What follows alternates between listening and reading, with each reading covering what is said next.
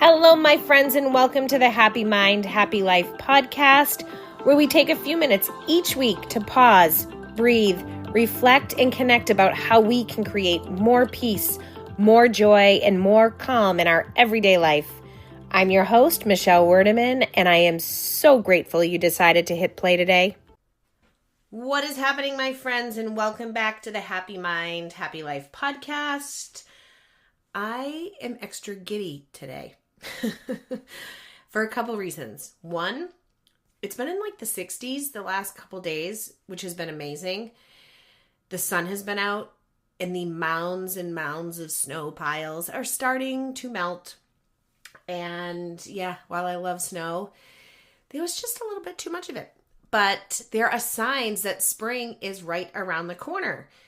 So yay. And I am also super pumped about this episode because it's a follow-up episode to a show I put out a couple weeks ago about how we subconsciously can be blocking our ultimate desires. And I got so many great messages from people that the episode resonated with that I wanted to take the time and dive deeper into reasons that we can be self-sabotaging ourselves. And in the previous episode, I talked about something that was really important, and it was about how the emotional state we approach our desires from matter. Because oftentimes we focus on how far away we are from what we want, that we're approaching it from frustration or impatience or even anger.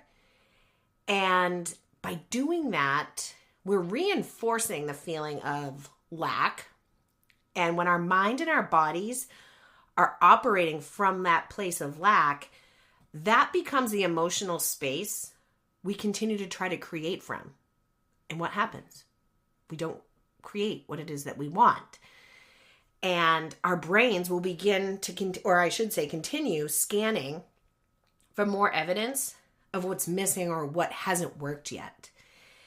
And that's why I mentioned the practices of appreciation and gratitude can really be so powerful, because when we intentionally start noticing what is already good in our lives, the people we love, the progress we've made, the things that are already working, we begin shifting the emotional state we're operating from.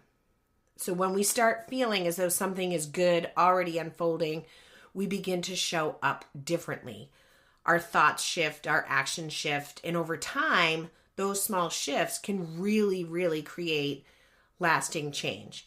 I will put a link to that show in these show notes, but I highly recommend checking that show out, because this episode, I want to dive in a lot deeper, and I want to talk about how really subconsciously we self-sabotage ourselves a lot.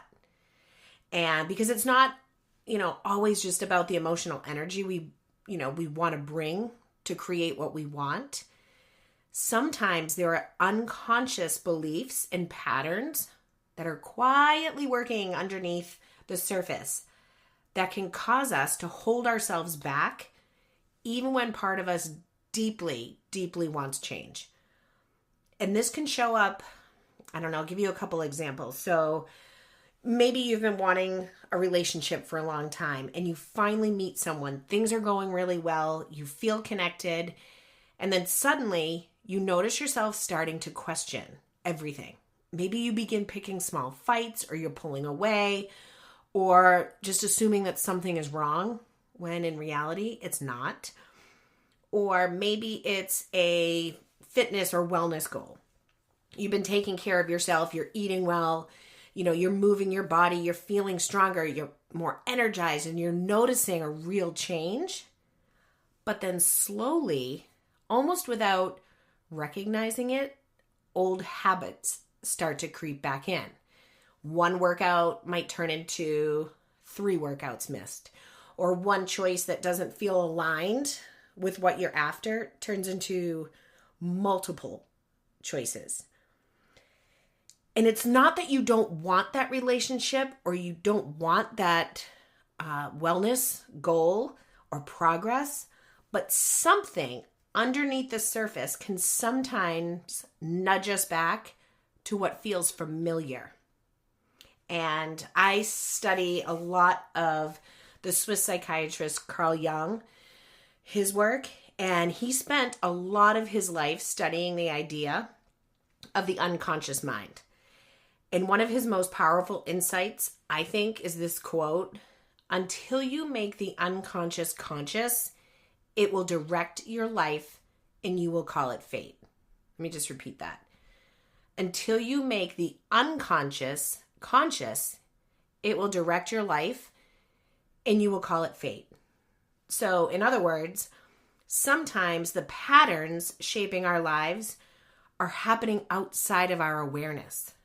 Like when we talk about self-sabotage, it's usually not because there's anything, wrong with us, obviously. And it's not that we don't want these desired outcomes. But when we talk about the self-sabotage, it's because of an old belief or a fear or a story about ourselves that is still showing up, influencing what we're doing. And for example, someone might deeply want, maybe success or abundance or a new opportunity.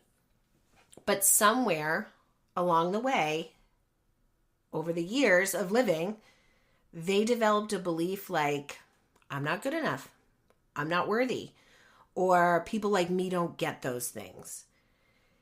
And even if it's consciously something we really want, something different, those unconscious beliefs and stories are influencing the actions. So this person who wants the success, abundance, or, the new job title, they might hesitate. They might procrastinate.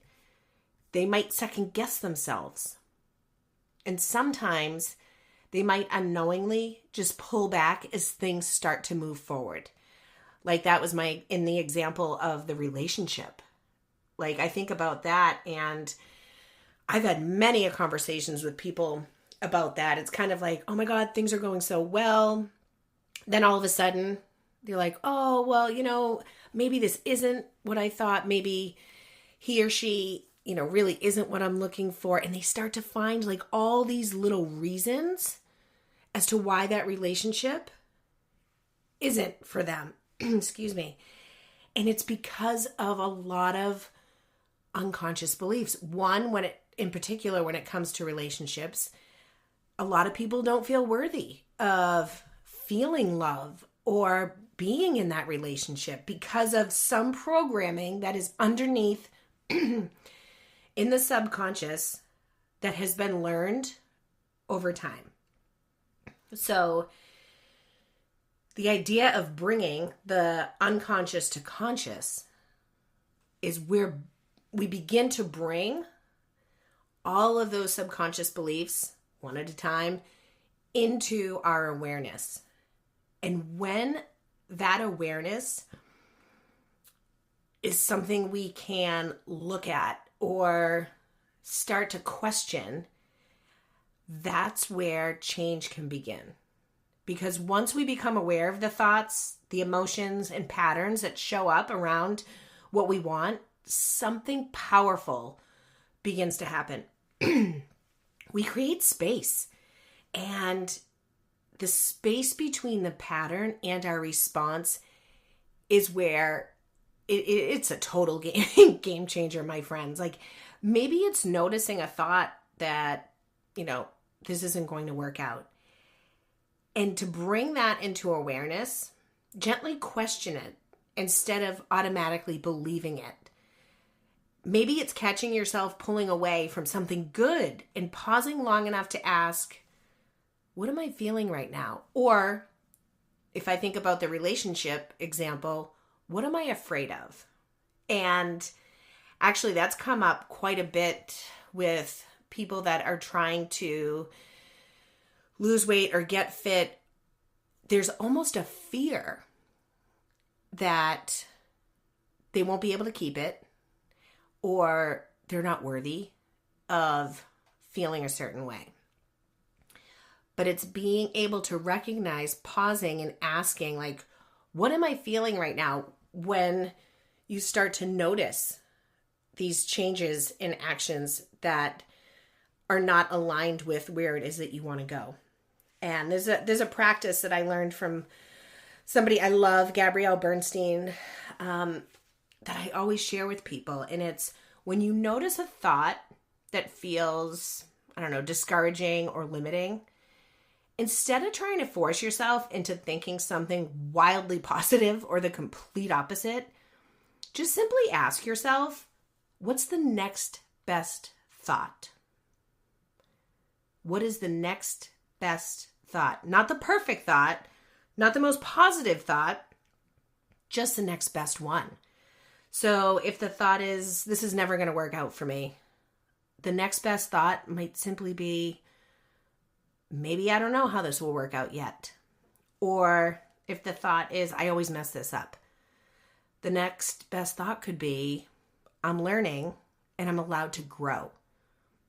Because friends, these small shifts might seem really simple, but they are incredibly, incredibly powerful, because change rarely happens through trying to force it or a frustration and beating ourselves up for, not following through.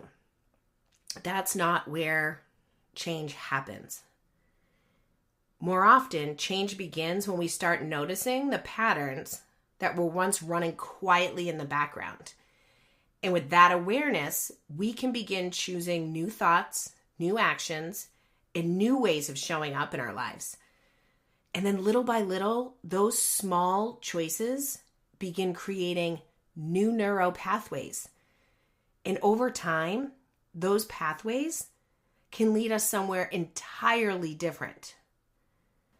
So maybe today or even tomorrow, simply start by noticing, is there an area in your life where you feel like you might be sabotaging yourself? Notice the moments when you begin doubting yourself, or when an old story about who you are quietly appears. And instead of judging it, just bring a little curiosity to it. You might pause and ask yourself, is this thought actually helping me move forward toward the life I want to create? Is this thought true? And if the answer is no, you can gently shift it. Not to the most perfect thought, just to the next best thought. You might remind yourself, like, I'm learning. I'm allowed to grow.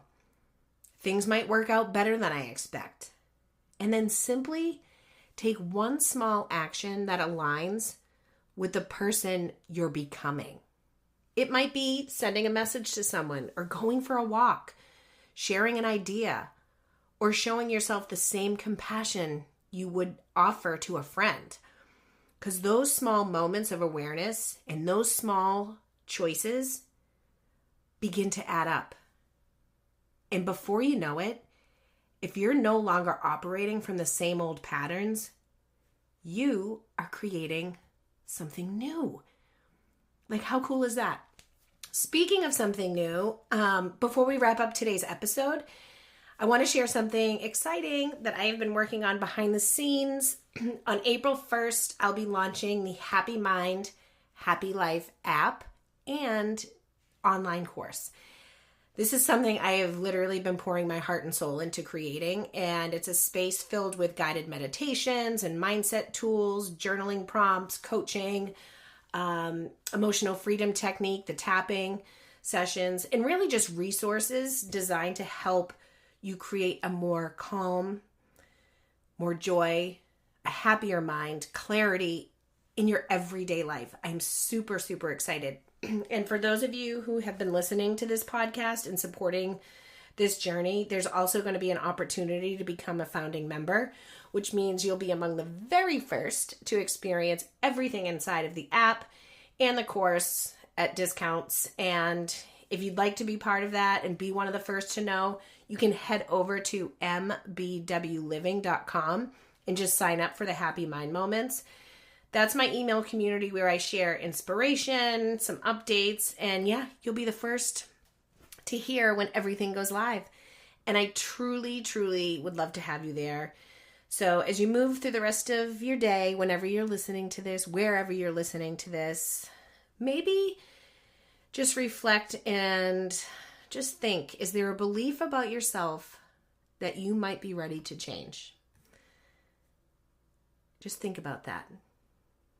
And what might be possible if you allowed yourself to take just one small step toward the next best thought? And sometimes, my friends, the smallest shifts in awareness can open the door to the biggest changes.